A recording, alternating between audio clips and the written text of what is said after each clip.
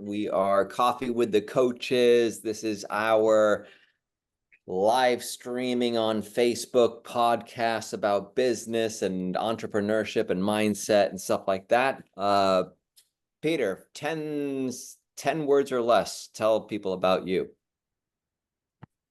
Business owner, golf and music enthusiast. Just love to learn. Love to learn. Love that. And my name is Christopher Holmquist, also been in real estate, multiple business owner, golf enthusiast, like to listen to music, can't play a lick. And Yet. that's that.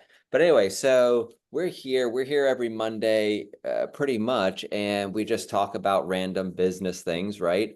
Usually I prepare Peter and send him over some notes that I've come up with and at least a bare outline of what we're going to talk about. No such luck today, Peter. I've got a knee replacement in a few days, and I'm just like scrambling to get stuff done. But in all honesty, we did talk a little bit ahead of this, and we know what we're going to talk about, right? Yep. Yeah. All right, so we're going to start. We're going to jump around a little bit, but it's all in the theme. Last week, what did we talk about last week? We're talking really about simplifying, getting down to like the real core value of what we bring to the table in our own unique business propositions. Yeah. And, I think that this, when you open your eyes and you start to kind of look for simplification and think about simplification, you start to see how pervasive it is, or how many areas of your life that you can apply that, right? From our golf swings to our businesses, to our lives, to our minds, like simplify, simplify, simplify, so that you're living in that quote I did the other day, right?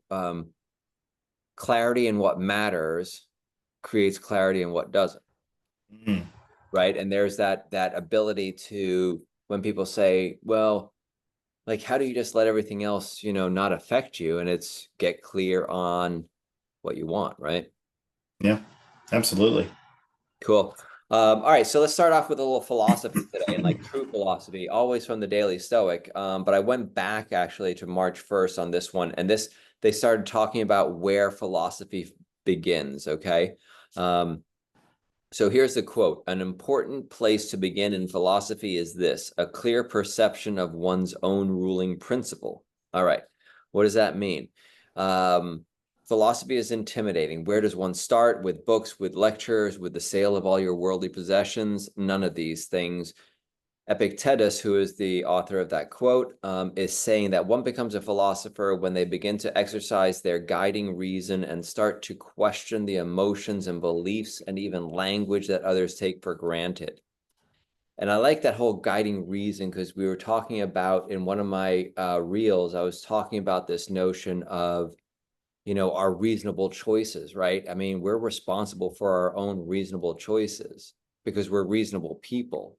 And I love the way that they always talk about like reason, reason, reason. Like, we are reasonable people for the most part. And if we're acting in a way that isn't reasonable, there's probably a reason for it, right? And then it says, it is thought that an animal has self-awareness when it is able to fully recognize itself in a mirror. Perhaps we could say that we begin our journey into philosophy when we become aware of the ability to analyze our own minds. Okay, so why the hell would anybody listening to this care about embarking on a journey of philosophy, and looking inside themselves at their emotions and their thoughts and their feelings and all of that kind of stuff? Why do you Well, think? I think you touched a little bit on it when you were summarizing your quote from last week about clarity, and being in touch with, I there are different nomenclature for all of it, but I always start with the why. What is the why? Why am I doing this? Why am I here? What is my goal? And if I can get clarity on just that simplified why, that goal of the exercise, whether it's that macro why of why you get up in the morning in general, or just the why of, what is a particular goal with you and a client, you and a project, and keeping that simple connection to the essence, like the actual reason of doing something, can really drown out a lot of the noise of the stuff that we get into on a daily basis. Wow. Damn, you sound like you knew what you were talking about there. Like Epictetus. Like Epictetus. I mean, I should call you Epictetus the Junior. Epictetus the Younger, I shall call you, because Epictetus is like 800 years old. Yeah. Dude, that was really deep and very, very cool. I think you're absolutely right. Whatever it was that you said, I mean, it was brilliant. And as I was listening to you, I was looking at it perhaps similarly, perhaps a little bit differently. And again, I think we're saying the same thing here. How can you effectively deal with the outside world if you don't even know the inside world, Yeah. like who you We are? I had a former business partner that would refer to it as, if we're not connected with that, it was he would deem the project that we're doing as ready, shoot, aim, Yeah, and it was just becomes the circular firing squad because you're not connected with what the overall goal is or why are we doing this. right, right. All right. I mean, that damn, I mean, that's pretty insightful and very applicable to our businesses. Like you just tied it to business, right? Really simply put. And we're going to deal with that every single day when we sit down and deal with people. And I just realized this as well, right? Because you and I are embarking on kind of this crazy potential project down here. And I don't know what the hell I'm doing. You know what I mean? Like literally I've got about 5% of the true wisdom and knowledge that I need to have around this, but it hasn't deterred me. And the reason it hasn't deterred me is that I'm really clear on my why and I'm really clear on where I want to go. And I'm doing, it might seem a little bit foolhardy to just be going forward like this, right? But I feel that the other thing that the Stoics always say is always be in action, right? I mean, it's the two things we Yes. control, right? Our actions based on our thoughts. So if I'm moving in the right direction, the information will come to me because I'll just naturally be in the path of whatever it is I need to know. Yep. Yeah. Well, I think you do have clarity and I think you do know what you're doing only because we've talked Yeah. offline. And I think what you're doing is applying your why to the project. So the project itself, the variable becomes the piece of real estate we're talking about, but Right. what is consistent is the vision. Yeah. So if you swap out what the constant is for the variable, then I think Yeah. it's actually a pretty clear and defined path. Oh. Yeah, I just hit on something because there was an article I was reading and it had to do with the decision-making process. Um, and one of the things that they said was hold on to your hypotheses loosely, meaning don't fall in love with your initial, Yeah, thought on the process, right? Or the whatever it is. that's a And really cool saying. yeah, because and you just reminded me because yeah, I'm crystal clear on my why, right? And I'm moving ahead, but I also have to make sure to hang on loosely to that because otherwise, if I was so fixated on the vision, and you and I know we just had a conversation about it 15 minutes ago, that there's already things that are being thrown in our way that are gonna make us pretty much force us to change that vision slightly, Right. right? Or change something. Maybe not the vision. Maybe just the target of where we land that vision. Yeah, or the timing of the vision or Yeah. whatever, you know what I mean? It's like it could be that, okay, we have to accomplish this first and that's exactly what the guy told me on the phone today is that, get in there, things can change and you can, over time do things differently. Now we're talking about our own personal project right here on Facebook. So, all right, so we just talked about this one little quote. This is why the Daily Stoic is so friggin' awesome and why I just love this whole thing around philosophy because again, one little quote like that has just opened up this whole conversation for the last 10 minutes almost on what that means to get a little philosophy in you. And really all they are saying is take a minute to slow down, take a hard look inside and get in touch with your inner stuff. Yeah. And if you don't know how to do that, Peter, guess what? I've got some tips on how to do that. Really? Where would you have these tips? Well, let me show you. That's not the tips right there. These are three exercises for emotional to boost your emotional intelligence, right? According to research. And this is an article I found in the Harvard Business Review. Pretty cool magazine. But here was the thing that I wanted to draw to your attention because, how do we tap into self-awareness, right? People are sitting here and going, well, great, you're telling me all this stuff and how to be a better person, and it's going to help me in my business, but how do I do it? Do I sit there and go, self, tell me about myself? Am I a good person? Am I a bad person? I think we know kind of deep down inside what we are. But here's a couple of different ways to tap into your self-awareness, right? So this is an exercise. You can do this in 2 minutes. So step number one, notice the state of your body, right? You're going to sit down, you're going to close your eyes, you're going to bring your attention inward, and then you're going to do these 3 steps. You're going to notice the state of your body on a spectrum of energy ranging from very tired to very energized. Where do you fall today? Scan your body. Notice how it feels. Are you hungry? Are there places where you feel particularly tense or relaxed? Like if you did that when you first woke up, I mean, that would be a good kind of check-in on how you're doing, right? Yeah. I Yeah. mean, we kind of do that just because we're getting older, you and I. We scan our bodies, make sure we didn't break anything or sprain anything during the evening, after coughing or sneezing. Um, but there are days you might be able to relate that, wake up and for no apparent reason initially, I feel particularly tense, or worked up or, mind racing or something like that, right? Yeah. Yep. And we shouldn't just plow through that. We shouldn't just go and just go about our day because what happens? Well, then that lens is gonna be applied to everything you do, right? Yeah. So we take note of their thoughts and their traffic level. So the thoughts pass through the mind all day, popping in and out constantly. If each thought was a car, what would the traffic level be? Is it a busy highway, a quiet country road, or somewhere in between? So first, we're noticing the state of our body. We're kind of just going on the physical level. What's going on? Am I tired? Am I hungry? Am I super stoked? Am I relaxed? What is it?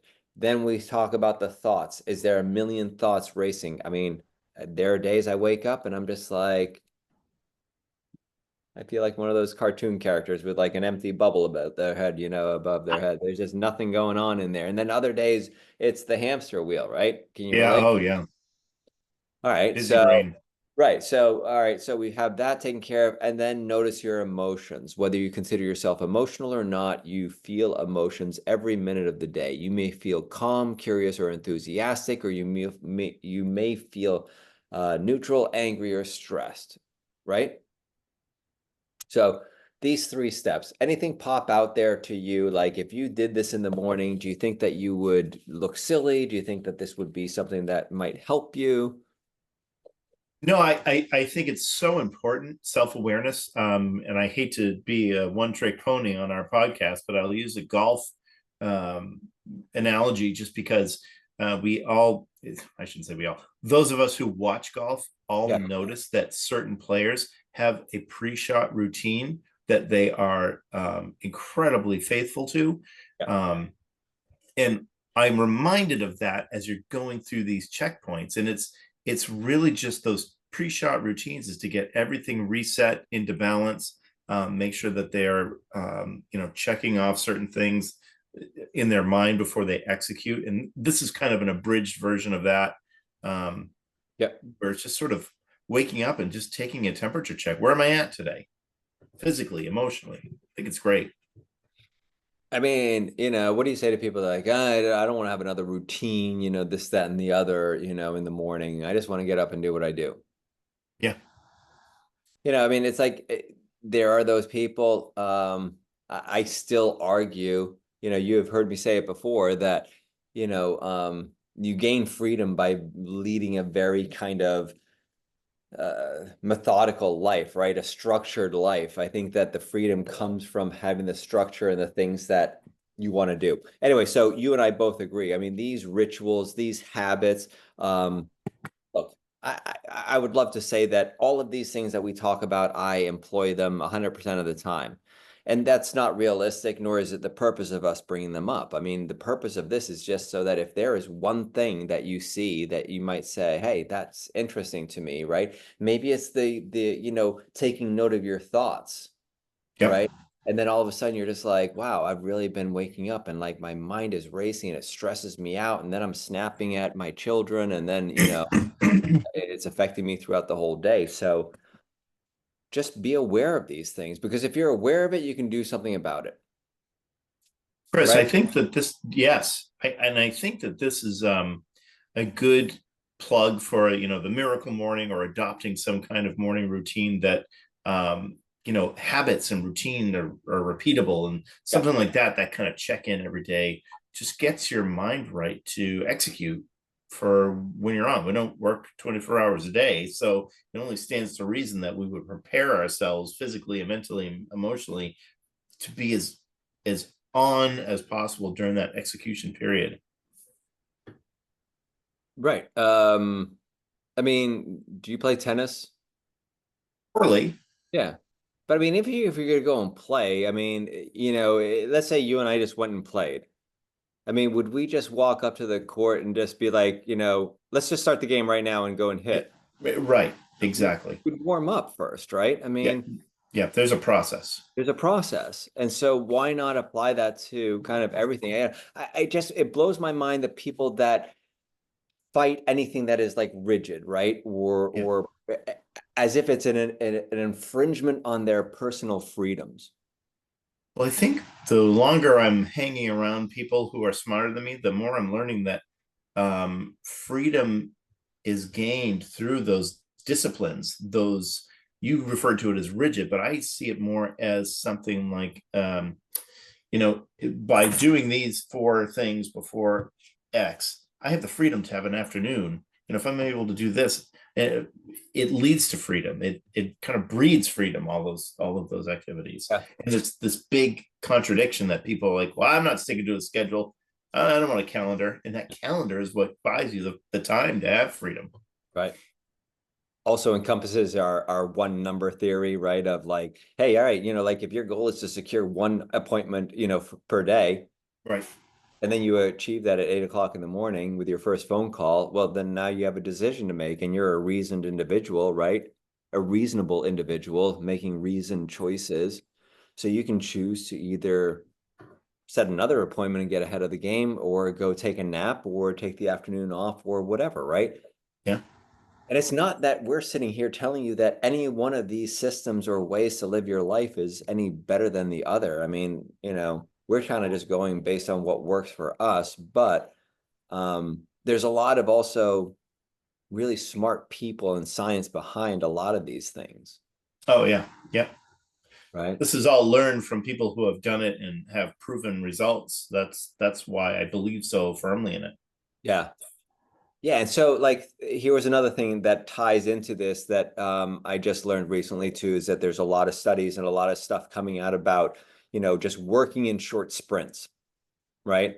Meaning that they have found that it's very effective to, work. I mean, it's almost like that high impact training, right? I mean, it's I was just thinking of Nomar. yeah. I mean, like super high bursts of energy, for Yeah. 45 seconds or a minute, and then followed by 2, 3 minutes of rest, right? So in the work Yep. world, that might be an hour of pedal to the metal, whether it be calls or thought or, meeting or whatever. Just the thing is that you're 100% in, and then, you go off and do something else. Yep. Um, and I like that. I prescribe to that. I mean, look, if you're sitting in an office where you have to sit there for 8 hours a day, I mean, it's not really feasible, but there's still ways to do these mental gymnastics, with whatever your situation is, right? Yep. Yep. Cool. All right. So, I mean, like all of that stuff ties together, this whole simplicity. So can I now show my diagram, the Let's diagram? do it. Yeah, I've been waiting. Yeah. So I found this diagram from Place, the real estate company. Fantastic. They do an amazing job. And what they do amazingly well is develop systems and tools. They have just this killer technology. And I love this diagram because I love simplicity, as I've told you. But you might look at this and go, oh my God, this is so confusing. But is it really that confusing, Peter? No, it's actually very simple. It's a little busy maybe at Yeah. first blush, but when you actually process it, it's really, it makes so much sense. Okay, so let's break it down. And this is really the answers to the test are right in front of you. I'm not really going to tell you anything that you couldn't read yourself, but just kind of want to talk about this because this applies. This is for a real estate team or a company or an agent, but this could easily be somebody selling widgets, right? On the far Yeah. left-hand side here, you see everything says traffic, right? So this is all the places that we are going to try to get this stuff in this box, our content and our messaging to be distributed via all of these things, right? Messenger and Instagram and X and LinkedIn and YouTube and phone calls and appointments and emails. And I don't know why the peace sign is there. Maybe that's events, client events, whatever it is, right? This is how we're getting the word I out. think it's Craigslist, and I'm not even kidding. Correct. You're right. It could be Craigslist. I think it is. If you look at these are all like social. Yeah, that's old school, man. It Um, is. and then you have your capture tools, right? Nobody's gonna be in a business and then advertise if there's no way to capture the people you're advertising to, right, Peter? Yep. I mean, that's a pretty simple, this is business 101, but I shouldn't even laugh at that because there are people that literally will put out advertising with no way to contact the person. Yeah. You have to track it. Yeah. So here's all your capture tools. It's a website, it's a text capture, a search app, digital ads, postcard campaigns that have QR codes, recruiter technology if you're trying to recruit people. FISBOs and expireds, that's like going after old accounts for somebody who's in that kind of a business. Inbound Hmm. call system, whatever it is, right? And you can use virtual assistants for a lot of this stuff, the content, the messaging, the putting it out there, the capturing of it, the inputting into the CRM. In fact, I would say draw kind of a triangle here. All of these things could be handled by your virtual assistants, Yes. which we just happen to be. I was just gonna say, and where would one find one? A One would virtual find one assistant. by just looking up Cyberbacker, New Jersey, and Yes. reaching Scan our out, QR code. scan our QR code, and talk to us. It's right there on our screen. So here you are, Mr. and Mrs. Business Owner. You're only responsible now for, like the CRM here, right? And we're going to nurture people. We're going to put them on AI generated nurture, kind of programs. We're going to send them market reports or area pro reports. We're going to send them the information they want. We're nurturing our clients right here. That's your job, right, Peter? I mean, Yes. I just tell people all the time. It's they say it in the Daily Stoic all the time. It's our job as a person just to go to work. They always say that about us humans. Like, go out and work. It's your job. Do your Uh, job. do your job. Yeah, I mean, they said it right in the Daily Stoic. They said, "What's the first thing you do? What does the first thing an animal trainer ask you or a dog trainer ask you if you got an unruly dog, right? They say, how often do you take it out for a walk? Yeah. Because a walk is the dog's work, right? And if they're not working, then they're not happy. So here's your work, Mr. and Mrs. Business Owner. You're in this CRM. You're figuring out who is the next sale, who is the next person I'm making a phone call to, right? Simplify your life. Leverage all of this crap. There's a lot here. Yeah. Dude, I don't even know what half of these buttons mean, but I know that Emmanuel, our amazing social media guy, Right. knows all of this and knows how to, schedule things to go out and how to get people to reach out to us. And And all incredibly important in their own right, but not as important as the things that we do as the operator or CEO of our business. that's right.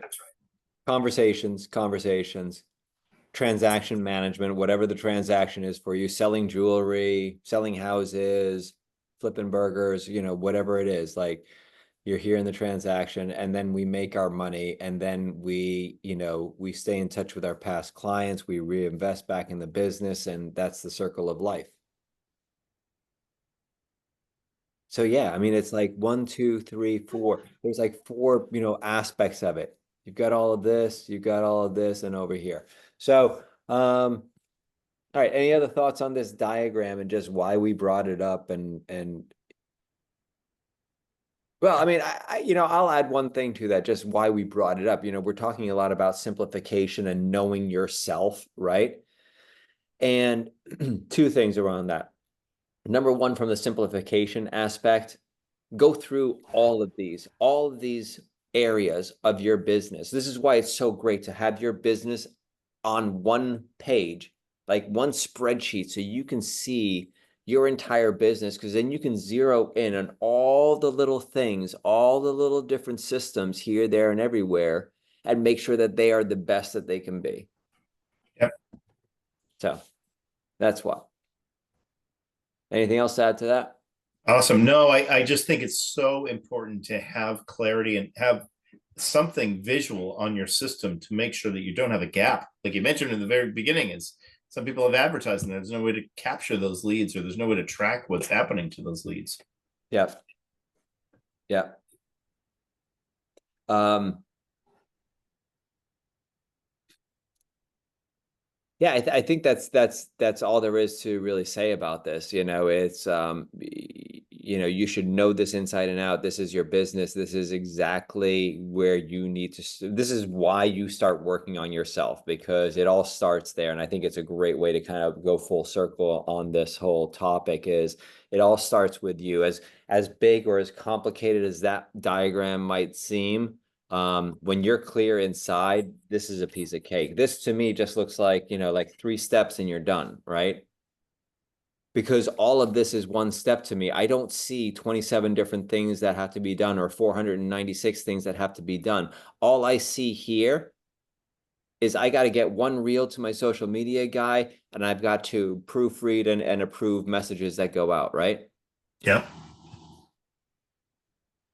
So we spend all of our time here, you and I, talking to people, right? Communicating, all that kind of good stuff. All right, one last thing I wanted to share with you, Peter, just because I found this article also from the Harvard Business Review called "What You Don't Know About Making Decisions."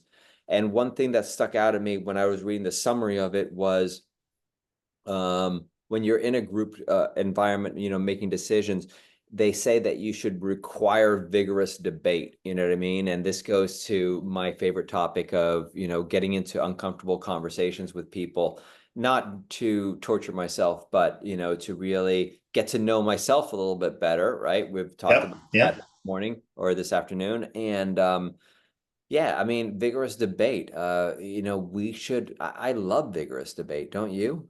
Yeah. Yeah. You might say well, we've brought this up before, but it's kind of becoming a lost art where people are afraid to debate and afraid to air out some truth and get to the bottom of certain things, which has been such a building block of all civilization. All right, so I'll give you the exercise then, because this is the exercise for everybody out there. When you go and have these conversations, and this is something I just recently did. Now I've done it multiple times, but be really careful to go into the conversation with no labels attached, right? And just ask questions around the topic as neutrally as you possibly can. And I already told you the story, right, on the golf course about the guy that thought I was, definitely one way politically when I was definitely the other way politically. Yeah. He didn't know because I just asked questions. Yeah. I didn't go and say, hi, I'm from the Green Party. Let me ask you some questions, right? Because then all of a sudden he's like, all right, the Green Party, they're a bunch of tree huggers and they're crazy. And all right, so I'm going to couch all of my answers based on that knowledge, right? Yeah. If Right. I walk up to you and say, hey, Peter, I mean, how do you feel about cutting down trees, just like clear cutting a neighborhood, right? Right. It's going to evoke a much different answer, I think, in response from people. Right, because it takes the agenda out of it. You're just answering a question. Right. Yeah. And questions are it. Everything. Yep. All right. Thoughts about today? Oh, great discussion. Just I always enjoy looking inward and reviewing systems and getting to the truth and simplification. It's just a great topic. Yeah. I think next week, why don't we try to get back on track and kind of dive into some like more practical things, like Yeah, I think that makes sense. tools, business tools. We've been really hitting the psychology of it hard, but I think that that's super important just based on the world out there today.